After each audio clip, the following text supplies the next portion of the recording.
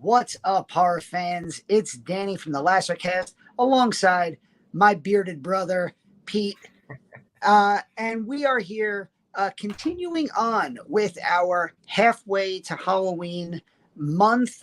We are covering Shudder and their halfway to Halloween selection, and we got a double dose of horror for you. We are starting with a review of a movie that is almost 35 years old, from the late great Wes Craven, The Serpent and the Rainbow, a movie that I feel gets usually very underrated for his filmography and underspoken about. And then we are going to be covering episode 2 of season 2 of Cursed Films, which is about a movie, Pete, that we talked about on this channel. We gave a big deep dive of, and that's Rosemary's Baby. So that's right. What is going on? How are you doing this Easter evening? Yeah, I'm good, man. Like you said, it's Easter evening, Passover, right? Everything's going on. It's been a very busy weekend. Testicle is trending on Twitter right now. Apparently it has something to do with Tucker Carlson and men tanning their testicles is apparently a way to get back some of your testosterone. So I was just thinking about all the weird kind of voodoo stuff that is in this movie and, you know, how we look upon that culture. I'm like, that's so exotic and so strange. And yet here we are saying testicle tanning in 2022. But that's probably pretty distracting. I think we're going to jump into this movie, which I've never seen before, by the way. And I was a little embarrassed, Danny, because I looked at Wes Craven's filmography like right before this movie and after. So you got 1984, you got Nightmare on Elm Street. Then you got The Hills Have Eyes 2 in 85. Deadly Friend, which like I don't think I've even heard of. Have you seen that one? Deadly Friend is the movie where Kirsty Swanson, I think, plays, I don't know if she's like a robot who goes haywire but it's the movie where she throws the basketball into the woman's face. And it's the woman from the Goonies. I think Anne Ramsey from the Goonies. Right. And from what I've heard, I don't think I've ever seen that movie either, but I think that's from what I've heard, that's like the only scene in the movie that you have to see. And it's all over like YouTube compilations. So yeah. No, dude, I totally did see that movie, actually. I didn't realize that was that movie. So yes, I have seen that. Okay. Yeah. So that's in 86. Then there's this movie in 88. Shockers in 89. And then The People Under the Stairs is in 91. So out of all those movies, the only one that I had seen before this was A Nightmare on Elm Street and I guess Deadly Friend. And I know you're a big People Under the Stairs fan. People Under the Stairs, one of my favorite films, because it's one of those movies that is absolutely not what you're expecting it to be based on the advertising, the poster, the tagline. You go into this movie thinking that it's going to be this like scary monster under your people, like under the stairs that are going to get you. And it's this movie that is just full of social commentary. It's this movie that has so much to say. It's scary. It's funny. I got to meet the cast a couple of years ago at a horror convention, and it was so awesome. And I love that movie so much. It's low key maybe my favorite Wes Craven movie. And Shocker, whenever people talk about like remakes and what should you go and remake, or like why do they keep remaking movies? My stance has always been stop remaking great movies. Remake bad movies with great ideas. And Shocker, as much as I love Wes Craven, it's a bad movie with a great idea. And I think that when you incorporate like streaming and the fact that everybody today is on multiple devices, the idea of a serial killer who can get around through technology and go from device to device, I think is such a great idea. So I'm putting it out there into the ether. Yes. Somebody with a lot more talent than us, remake Shocker. Like don't remake A Nightmare on Elm Street. I know you're doing it for the money, but it's going to suck. And it did suck. Right. Like half of the people who love A Nightmare on Elm Street probably never even saw or heard of Shocker, so they'll go see it. It's so. Did you ever see? You never saw Shocker? I have not. No. Are you an X-Files fan? Of course. Because it's Skinner. He's Horace Pinker. Oh my God! Wow. And he'd be good he as a could villain, play Horace Pinker again. He was the best part of the movie. He's the only great part of that movie. Like, he puts his all into that movie. Right. Yeah, but it's interesting, right? Because like each of these movies that you just mentioned, they're so different from each other, right? Yeah. People Under the Stairs, Shocker, Nightmare on Elm Street. I've never seen the original Hills Have Eyes or the sequel to it. I mean, I'm a big I never fan saw of the sequel, but I've seen the original, and I know you love the remake. That's right. That's a movie. That's a perfect example. Hills Have Eyes. It's known. It's got some scenes that hold up, but it's not a great movie. The remake kicks ass. Right. Those are the types of movies that need to be remade. Yeah. If you need to remake movies, that kind of film. But right after People Under the Stairs, he did Wes Craven's New Nightmare, and then Vampire in Brooklyn. Scream. Oh, Vampire in Brooklyn. I always forget about. But then 96, he does Scream, and the rest is history. Like, that was. So, I mean, we're supposed to be talking about Serpent and the Rainbow. We've spent 6 minutes just kind of waxing poetic about Wes Craven's 80s and 90s filmography and how great and how different he was. Yeah, but you know what? It's good that you did that, right? Because when I watched this movie, I kept thinking two things. I kept thinking, is this movie like offensive to modern audiences? I know it's got that sort of like that white savior narrative that people have a big problem with nowadays. Whenever they see movies that are from 10 years ago, 15 years ago, 20 years ago, like, oh, is this a white savior narrative? I kept thinking about that and like how they framed the people of Haiti. And then I also kept thinking about like Wes Craven does have a very specific style, and you see it in this movie. And the sequences with like the nightmares and stuff in this movie are so fucking good. And it just reminds me of A Nightmare on Elm Street, because there's some like real creepy, disturbing nightmare sequences in this movie. Did you agree, or what do you think? So I just want to, the first thing you said about how I totally, watching this movie, I hadn't seen this movie probably since the early 90s, like probably since I have vivid memories of being scared of the TV spots to this movie. Like when I was like 6 years old, of Bill Pullman on the in the trailer on TV going, "Don't let them bury me. I'm not dead." And I remember thinking that like I couldn't sleep because of those trailers. Right.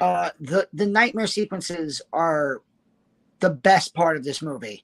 Right. Not to spoil too much about my opinions, but I didn't love this movie rewatching it as much as other Wes Craven movies. And then what you said about the whole white savior thing, People Under the Stairs, he really goes the extra mile, I think, Wes Craven, to go around that, where the hero in that movie is not just an African-American, but it's an African-American kid who like has to save, has to go up against white villains and save a white girl.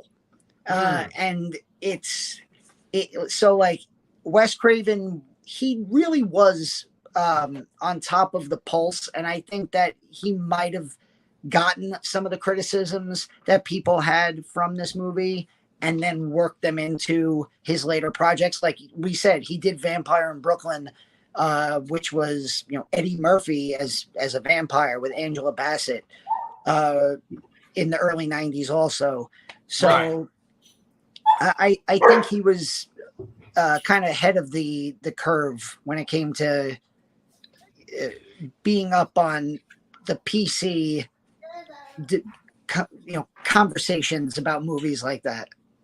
Yeah. Well, it's just like, to me, I had not seen this movie ever, right? And I had seen some of the promotional stuff for it, like you said. I think I have seen those trailers too. And I think every so often, maybe I've seen like little snippets of it on HBO, like when I would watch things on HBO late at night, right?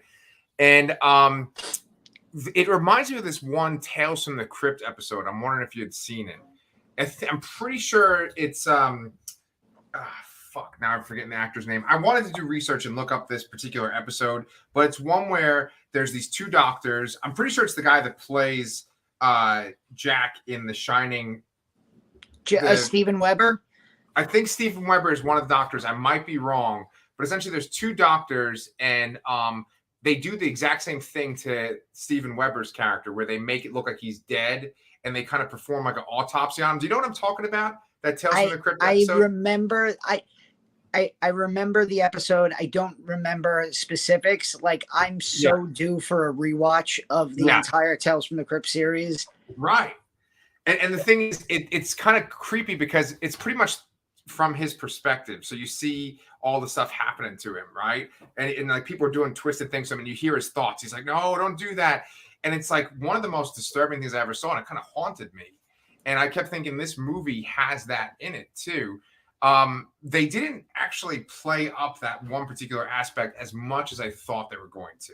Like the whole idea of like being buried alive, being like alive, and you're going through that whole testing process when you're gonna be buried. Like, to me, that is the scariest freaking idea in the world. Oh yeah, that I mean, and they hit you with that right in like the opening credits with Christoph, the character of Christoph, who, as he's being buried, you see the tear going down his face, and you're just like, yikes. And then he tells his side of the story later about how he he experienced everything, he felt everything. There's the scene with the bride, the skeleton bride, and him being pulled into the grave and the arms. Those are all like those nightmare scenes, and the burying alive stuff. That was the stuff that stuck with me the first time I saw it, and rewatching it, those are the scenes that stick with me again. Right. A lot of the rest of the movie doesn't really stick with me, and it kind of sticks out in almost like a negative way. I agree. I love Bill Pullman. I really do. I don't think he was cast well in this movie. I don't think he necessarily fit. I think this movie has a candidate for most out of place, awkward sex scene in a movie I've ever seen.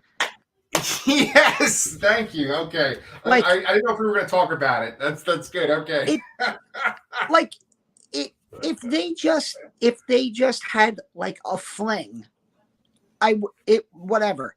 But it feels like it's an overly long scene that comes out of nowhere in like a cave where other just very weird. And it goes like in slow motion on her face at one point too. I'm like, oh, okay. And so here's something I was reading the trivia on IMDb.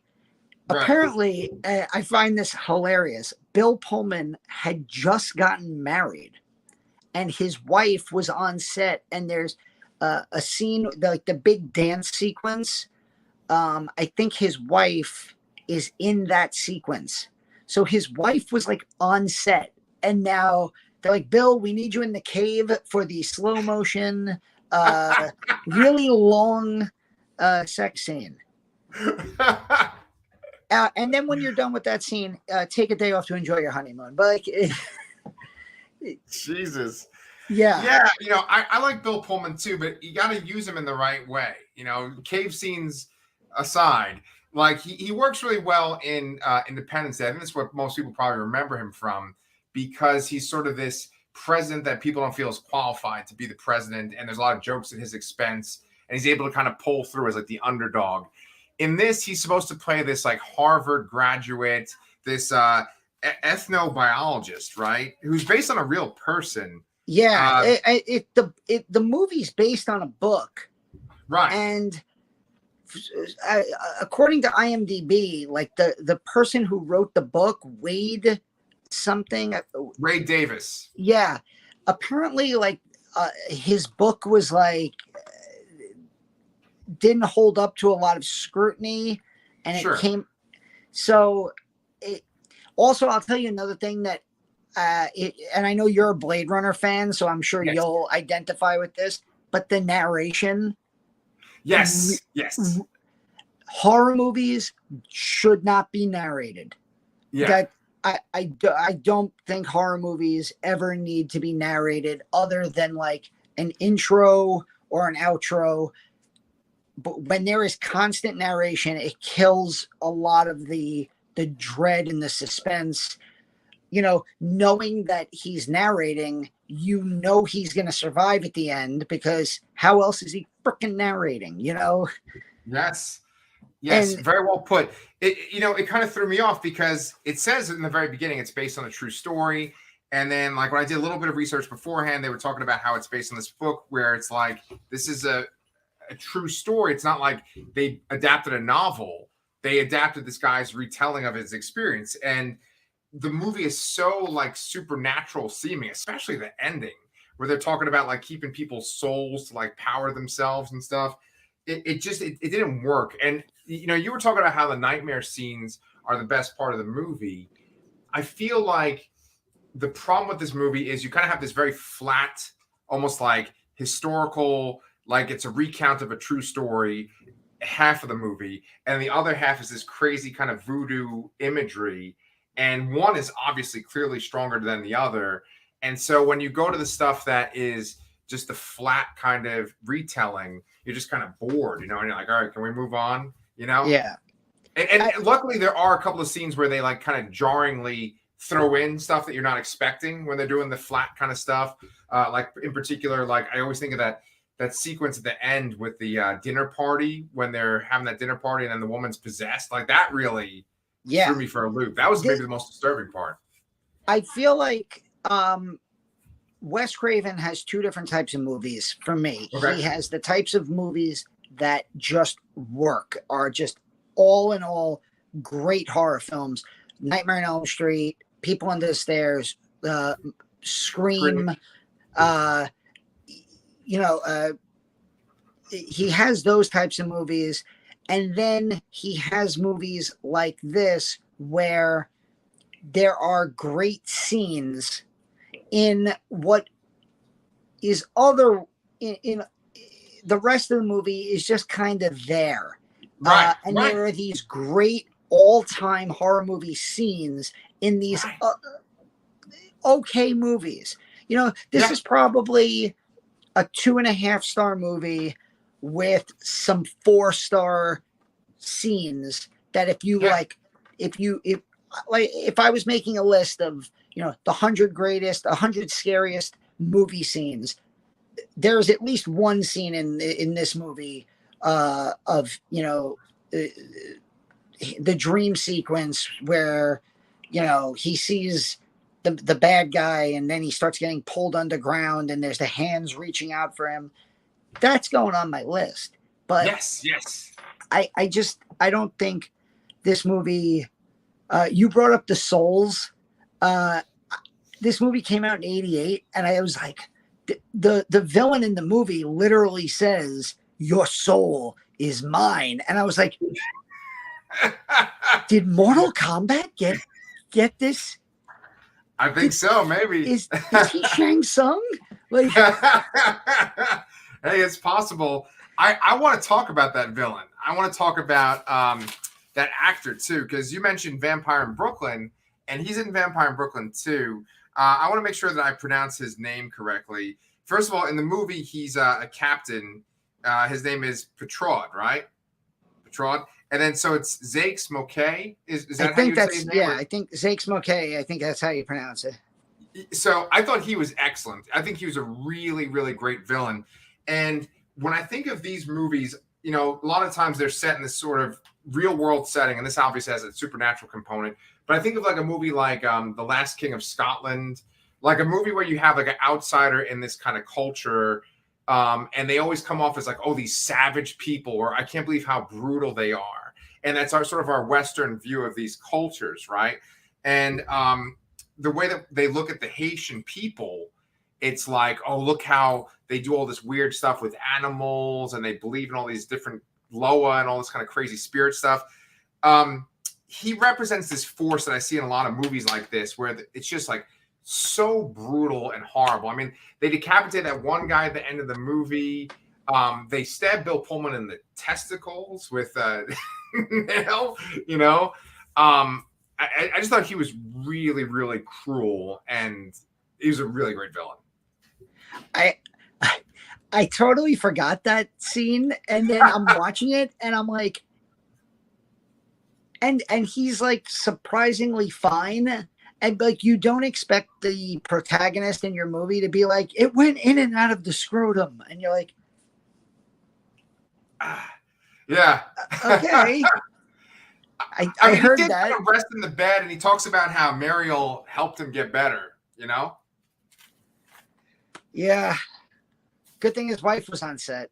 There you go. Yes. Anything with getting stabbed in the scrotum or something that really bothers me just as much as eye stuff. And by the way, a guy gets stabbed right in the eye with a needle in the beginning of the movie too. That really freaks me out. Yeah, that was Christoph. They're like, oh, he's dead. Look, we can stab the. I hope that's not what they do. Like, I can only imagine, like in a hospital where they're like, "Oh, we don't have a pulse. Quick, stab him in the eye." Like what? And that was. It was, you brought up the way that, like, we look at an Americanized viewpoint of these foreign cultures, especially for the late 80s. And they try to tie in some real world political turmoil that was going on in Cuba, in Haiti at the time. And if you look at the what do you call it? If you look at the behind the scenes stuff, they actually had to move filming out of Haiti and to the other side of the island, to the Dominican Republic. But I feel like, and I'm not saying that this movie should be remade, but I feel like the perfect example of taking real world events and tying them into a sort of supernatural story is Pan's Labyrinth. And that's Guillermo del Toro, who's not an American. And so he has the ability to kind of do that in a more subtle way, where he's not like, it doesn't feel out of place. Bill Pullman as the protagonist in this movie, he really does feel very out of place. Yes. That white savior that has the jaguar spirit, right? That helps him win in the end. Yeah. That, although that scene where he's rolling around with the jaguar, that had to be the most well-behaved jaguar. Yeah. He's pretty brave, Bill Pullman. I don't know. I mean, like, he's good. And he's actually kind of miscast, but the villain is really good. And it's kind of good to see this, like, really brutal villain torturing this kind of goofball of a guy. And then you have people that are around him. Like, I thought Mariel was really great. That's Kathy Tyson. And then I also really like that Paul Winfield is in it. Paul Winfield is sort of a genre actor too. I always remember him from The Wrath of Khan. He gets one of the ear worms, in his ear, right? Oh, okay. Because to me, he's The Blob. What? He's in The Blob, isn't he? In The Blob too, the remake. No, that's Zakes Moquet. I think he in the remake of The Blob. Yeah. Yeah, isn't he the evil doctor who the scientist at the end who get the last one to get killed? Oh fuck! Now I gotta look it up. I could have sworn it was Paul Winfield. Paul Winfield was the police chief in Terminator who brings Sarah Connor in, and when Arnold shows up at the police station, that scene. Him and Lance Henriksen are the two cops. Right. Okay. Right. Yeah. So, like I said, like genre guy, right? He's in just a whole bunch of things. And if you guys want, we also, Danny and I interviewed David Weiner. We did talk about Star Trek II actually in that, and Paul Winfield's in that. And then we also did talk about Terminator, the first one, on our channel a couple weeks ago too. So check out those videos; they're on the channel. In this, he's this kind of Bob, charismatic. I'm sorry. I just have to, because you brought it up. In Search of Tomorrow, the digital copies are being sent out. So I've started to see a ton of people on social media, on Twitter, commenting about how, can't wait to get into my digital copy of In Search of Tomorrow. I've seen a lot of positive reviews of it. I've seen a lot of people screen capturing their name in the credits and then putting that up online.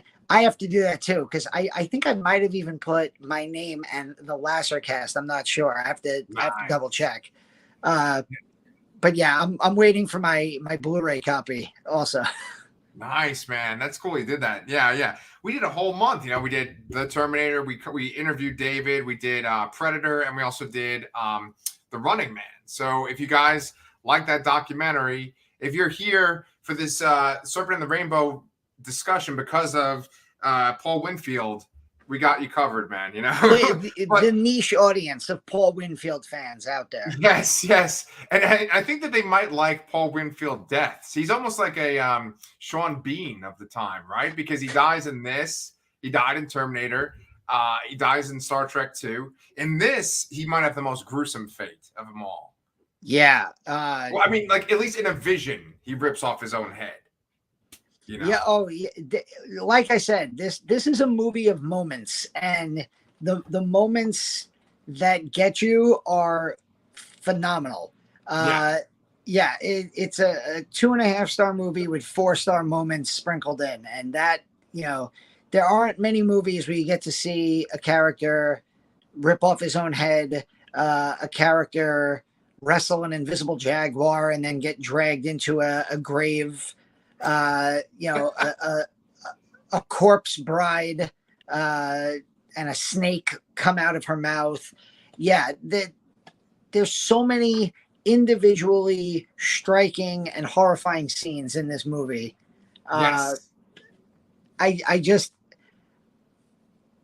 don't think the movie holds up overall as much as I thought it did. Like, I used to think like this was a movie that like in my mind was always terrifying, and it's really just those boom moments throughout. Right.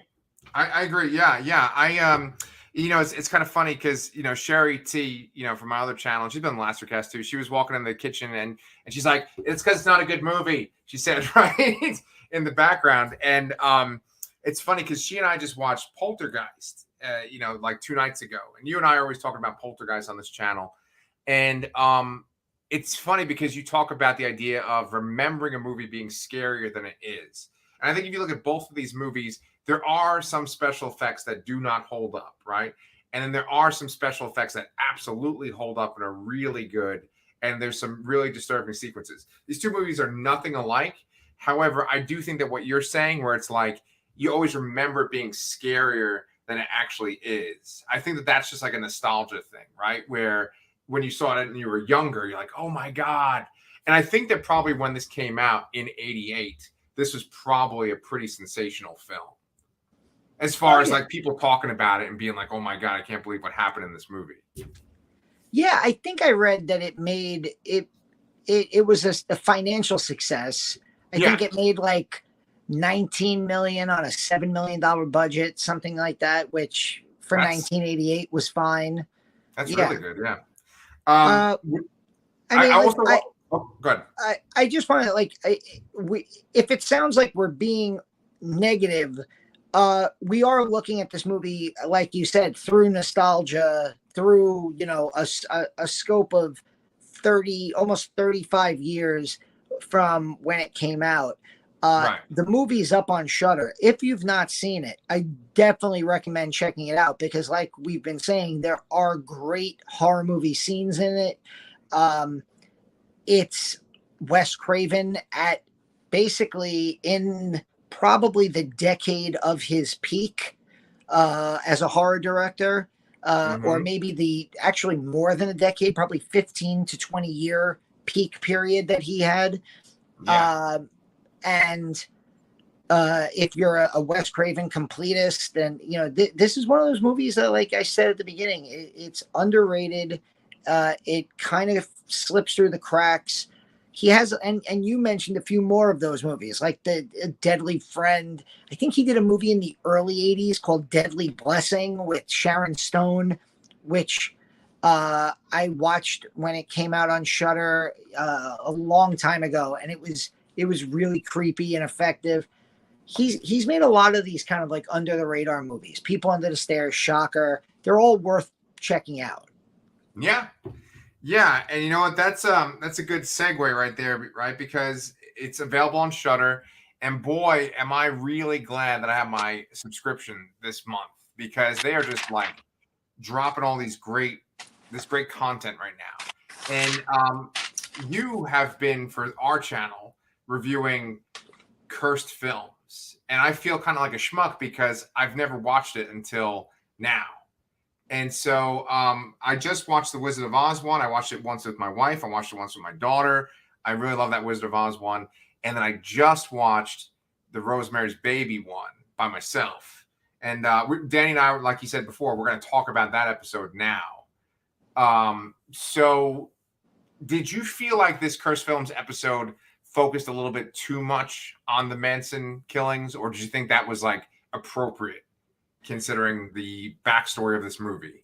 So I noticed this in season 1, where there's a lot of times, and you brought up Poltergeist. They covered Poltergeist in season 1. Right. The thing with this series is if they just focused on the curses of the movies, right, I think the episodes would be 15 minutes long. What they try to do, and what I think they're mostly successful with, is expanding out where, like, because if you think about a curse doesn't just stay in one spot very often. It expands to the people who then bring that curse to everyone else around them. And a curse, if you believe in curses, it becomes like a disease where it spreads. Right. And they do that so like with Poltergeist, obviously, Heather O'Rourke didn't pass away during the filming of the first Poltergeist. She passed away in the middle of part 3, but they talk about that, and they talk about her death and what that meant to the franchise. And they talk about the older daughter who got murdered by her crazy stalker ex-boyfriend. And, that stuff isn't in the movie, but it's an extension of it. Yeah. So, to get back to your question, I think that the Manson discussion is appropriate for this because of Roman Polanski, because of the timing. This movie came out in 1968. If Sharon Tate was murdered in 1985, then no, let's not be ridiculous. The fact that Sharon Tate was murdered a year later, and they make the connection to the building where it was filmed. They make the connection to John Lennon. Yes. And the fact that the Beatles' White Album had Helter Skelter on it. Right. And the fact that John Lennon gets murdered in front of that building in 1980. Yeah. That stuff I thought was genuinely creepy. Yes. Where I do think this episode kind of went off the rails a little bit is when they started interviewing Victoria Vetri at the end, which I have to say, it felt really uncomfortable. And but like uncomfortable in the I felt bad for her. I don't know. I don't want to say that she was exploited, because I don't want to put that on the filmmaker, the person who makes these. I genuinely like this series, but that felt, to make the connection of an actress who was in the movie ends up having a really troubled life. Right. I don't know.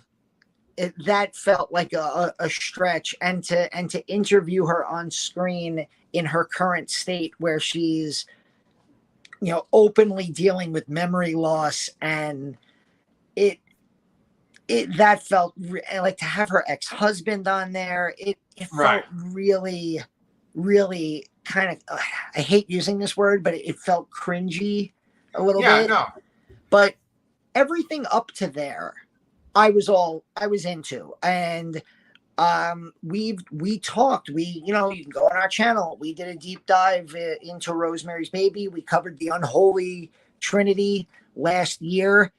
For December, when everybody was celebrating the holidays, we celebrated Satan with this, and then we did The Exorcist and The Omen.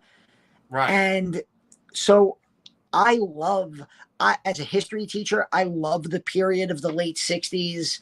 It's one of the great periods of American history, for all the positives and for all the negatives.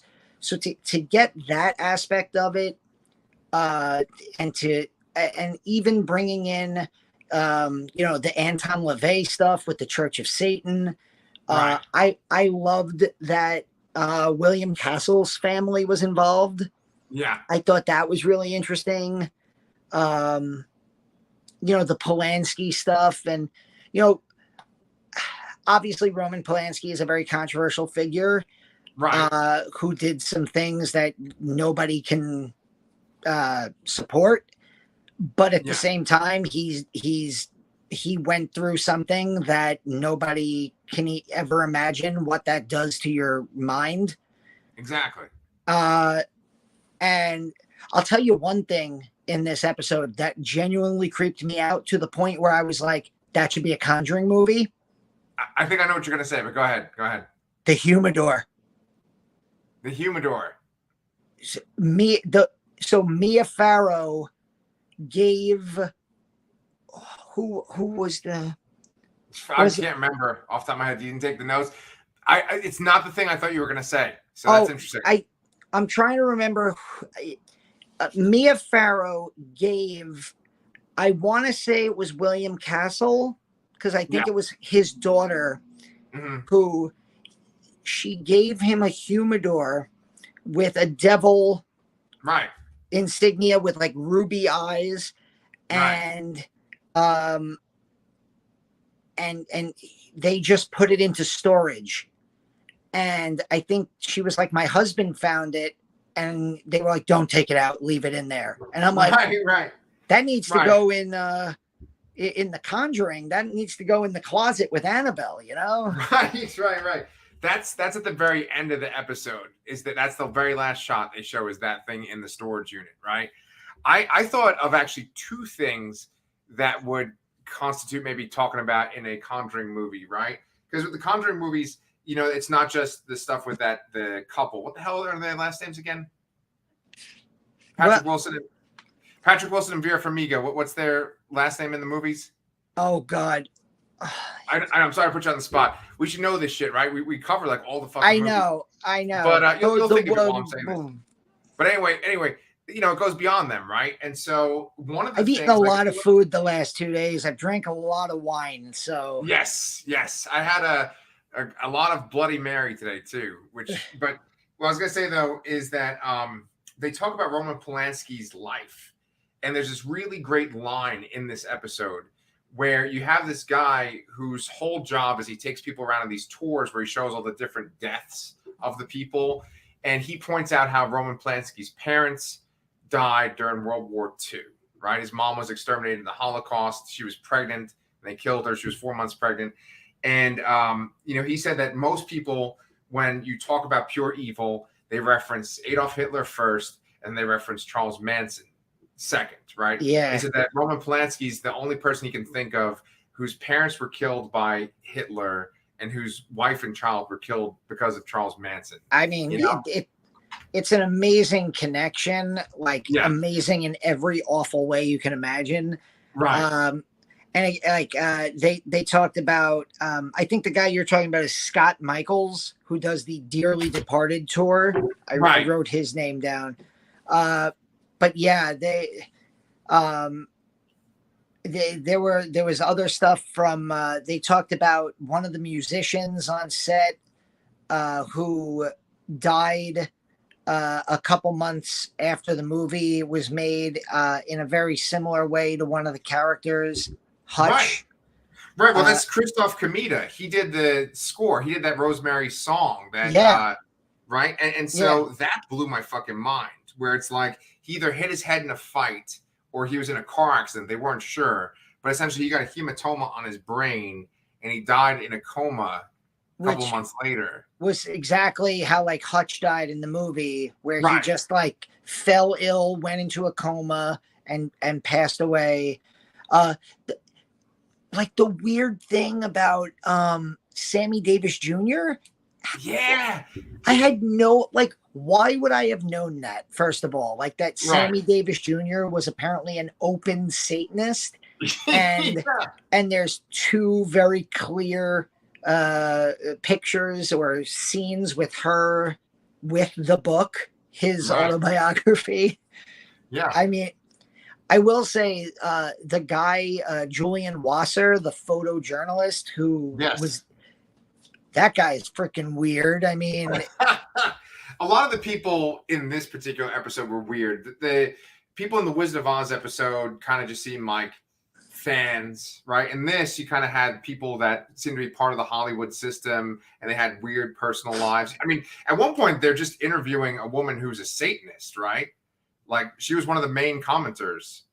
Yeah, she is a member of the Church of Satan, who I have to just say, if you've never seen, and this goes for you, or for, there's an amazing documentary called Hail Satan about the Church of Satan and how like their campaign to become an official religion so that they can be counted as like freedom of religion. It's a fantastic documentary. It's like Hail Satan with a question mark at the end. Okay. I saw it a few years ago, but yeah, you had an actual woman from the Manson family. Right. Like, I think her name was Snake when she was with the Manson family. Yeah. Diane Lake, who, and like, she was like laughing on screen at one point. I'm like, I know. You know, you bring that up and it's kind of funny because, Sherry was saying this, you know, we're bringing Sherry into this a lot tonight. But Sherry was saying how when she read the book of Helter Skelter, she kind of envisioned the Polanski house to be a certain way, that neighborhood to be a certain way. And then when, you know, you saw videos of it and stuff, it looked totally different. Like when she saw Once Upon a Time in Hollywood, it looked a lot different from what she envisioned. And I think it's really interesting because Tarantino must have obviously done his research. And then obviously like he steals things from other movies or he's influenced by other movies. And in this documentary that we watched, they showed footage from like a black and white movie telling of the murders. And some of the shots looked exactly like the shots from the end of Once Upon a Time in Hollywood. Would you agree? I mean, yes, I do agree. But also with Once Upon a Time in Hollywood, that scene on Spawn Ranch is like, if anyone ever doubted Tarantino can make a legitimate horror film, that is one of the scariest scenes that has nothing of what you would consider to be like real horror. Just the tension in that scene with Brad Pitt looking for, I think it's Bruce Dern's character on Spawn Ranch. That's right. And, oh my God, that scene is so freaking scary. Yes. And and I was just in Hollywood in February, and we stayed where if I walked out, I could like turn and look up at the Hollywood sign. Nice. And I went running through Runyon Canyon, and I came out onto Mulholland Drive, and I ran through the Hollywood Hills, like snaking around in the middle of the mountains. And there is a level of like nerve-wracking. It's very nerve-wracking because you're like first of all, as a New Yorker, you're just not used to this kind of geography where you're up on there's like a literal houses on hills, and there's these like roads that cut off and just are one lane that snake around in and end at the top of a hill. It's really unsettling, and I'm running through this area, and I'm just and in my head I'm thinking like, yeah, how don't more like effed up stuff, how doesn't more effed up stuff happen here? Like, right. Well, with those tours, it's interesting because, we've talked about Poltergeist a couple of times tonight already. And with the tour that guy does, not William Castle, Scott Michaels, he does those Dearly Departed tours. And it sounds like he goes like through that neighborhood and he ends at the Polanski house. And he was kind of implying that like there was a burial ground there, right? Well, that was Paramount. Paramount Studios. Oh, okay. He was talking about how that whole there's apparently another canyon that led up to Cielo Drive, which was where Polanski's house was, and he was basically just dotting a line of like, this person lived here and they died horribly, and this person lived in this house and they died horribly, and John Ritter lived here and John Ritter died of a massive heart, like, and it was just like all of these famous people who lived in these properties who died of mysterious circumstances.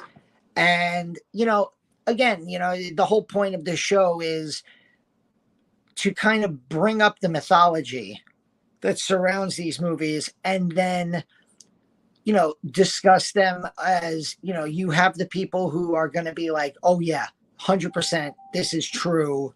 And then they also usually they try to bring in people to give the point counterpoint. I thought the Wizard of Oz episode did a much better job of that, where Agreed. There was like the one guy who was like the tape trader who's like, this is the Holy Grail box, and look, you're gonna see the Munchkin hanging back and forth. And then like the next guy they interview is like, it was a bird, you guys are all nuts. And and like he was like kind of like the point counterpoint, like, I believe in curses, let's talk about reality. And that the Wizard of Oz episode I thought did a much better job. This one was just more about Rosemary's Baby, and then all the people in it and attached to it, and what happened to their lives after the movie. And was it because the movie was about Satan? Did it have to do with Roman Polanski's connections to his wife and the Holocaust and man, that there was no person, there was no control. Like there were a lot of variables, but there was no control. That's well put.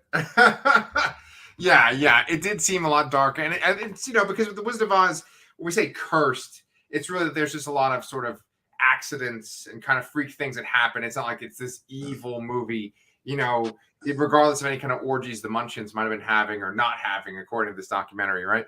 But with Rosemary's Baby, the very subject matter of it is like evil and the devil, and so it's obviously people are going to make those connections. I thought it was really interesting. I personally don't believe in curses, but watch this, I'm probably gonna fucking die in my bathtub tonight. But I was gonna say that I thoroughly enjoy this show because I just like hearing about the Hollywood process. Because one thing in both episodes, it's almost like they kind of make a point to talk about how Hollywood messes people up. You mentioned that one actress, that's the one that commits suicide in Rosemary's Baby, and how like her life got kind of messed up. Like, obviously, being part of the Hollywood system, I think, had some kind of influence on that. And she was supposed to be at that party that the Manson people showed up to, but she decided not to go. So that's fucking crazy, too. Yeah, and I'm sure that weighed on her also, the whole "it should have been me" aspect. I just didn't feel comfortable watching her on screen. That I think they kind of pushed the boundaries a little bit. But Yeah.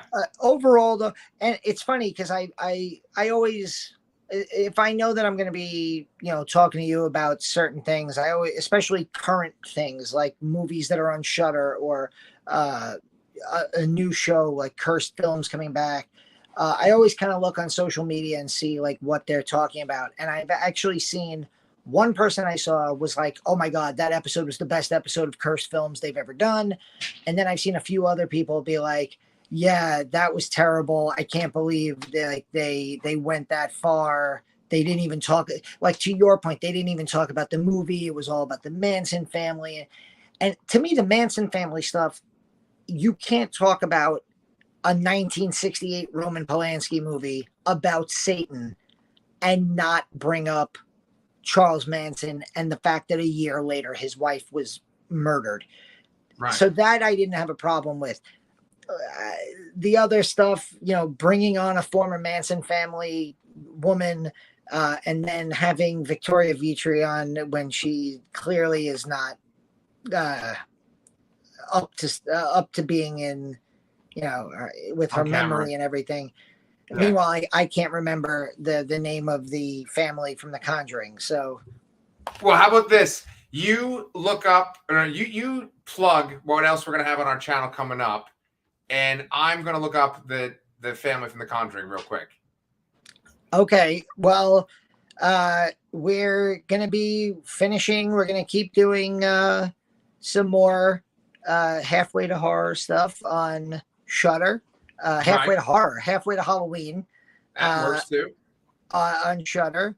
There's a few more movies that we're definitely going to talk about. Charlotte and I did reviews of Candyman and Halloween 3.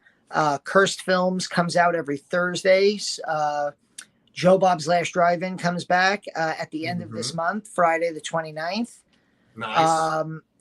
What movie are we covering next week? So we kind of talked about this, like what to do next. I'm personally leaning towards Spine of Night. Yes. Spine of Night. Right. That just seems real intriguing to me. And then there was one other thing there was that other movie that you were talking about called The Devils. The Devils. I watched it. I would love to rewatch it and talk about it because that movie is insane. Another movie that talks about the devil and Satan in a very holy month. So that's very appropriate for our channel. So we have to kind of determine if we're going to do The Devils or Spine of Night. And we can also just say, fuck it, because we just always cover Shudder stuff. We can just do both, over time. Doesn't matter. Yep.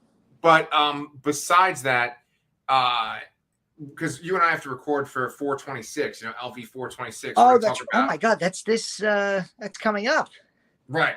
So Origin, the making of Alien, that's a documentary that's on Shudder right now. So we can talk about that too. To answer your question, it believe me, when I saw this, it kind of made me kind of hit myself in the head. But Warren, they're the Warrens. Ed Warren, that's Patrick Wilson, right? Of course. Yeah. Cool. So we're going to just keep covering some Shudder stuff because it's the streaming service that is like the perfect thing to review when you have a channel like this. And then May, a certain Netflix show comes back that I'm sure we're going to want to talk about. Yes. Stranger Things Season 4, starring Robert Englund. Yes. That'll be back. Charlotte already started rewatching Season 1 today.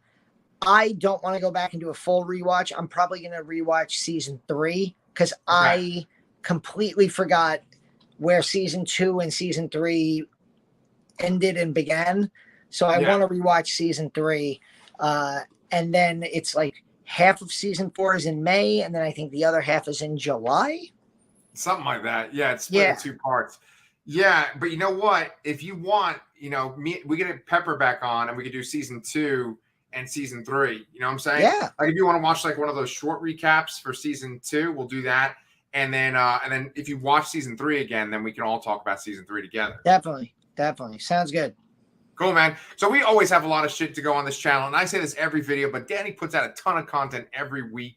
I'm on here at least maybe about once a week, but Danny's on here multiple times a week. I'm actually watching The Cellar right now. There you I go. actually paused it. I'm like 30 minutes into it.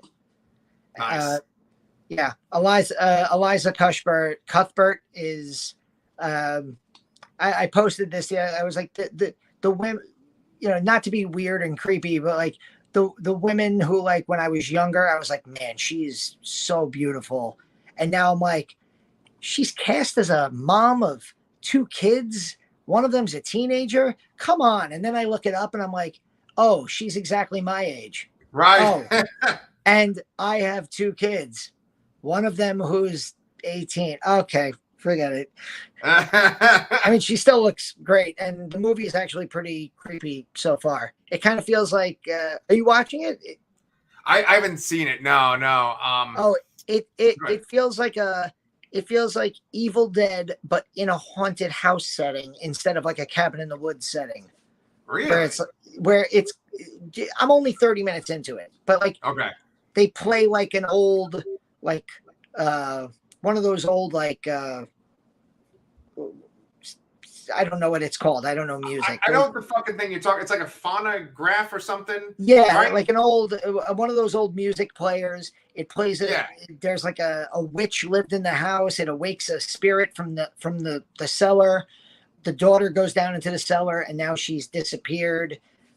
So it kind of feels like, Evil Dead, but in a haunted house instead of a cabin in the woods.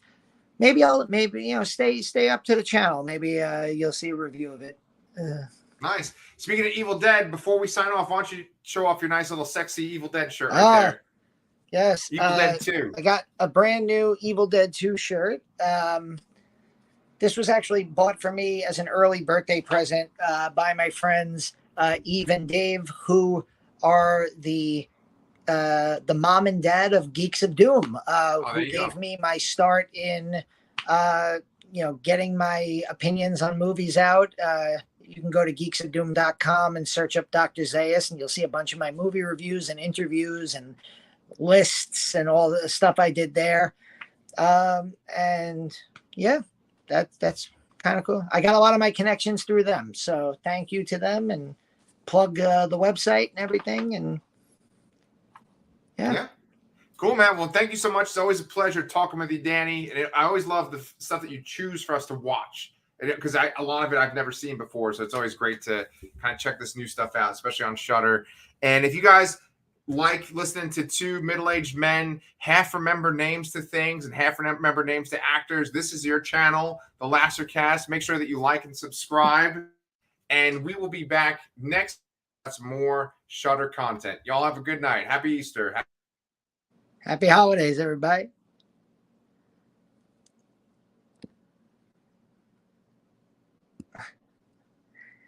Oh no. Did you freeze at the last minute?